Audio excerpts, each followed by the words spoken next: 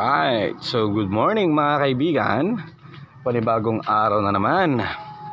Panibagong video na naman yung gagawin natin.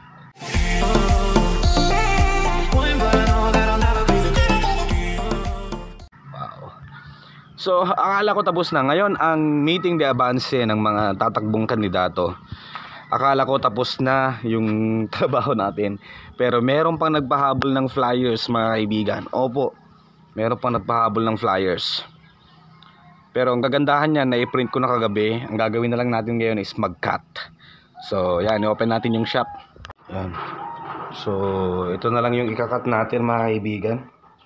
Buksan ko pa ba? Ilaw.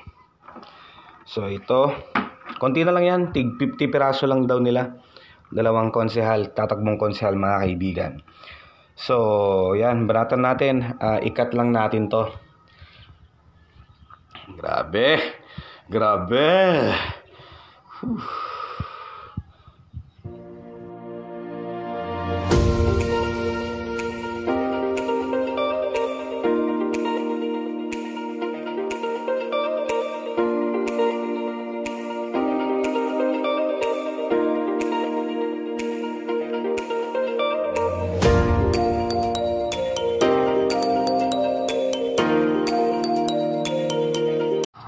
So yun mga kaibigan, na-deliver na natin.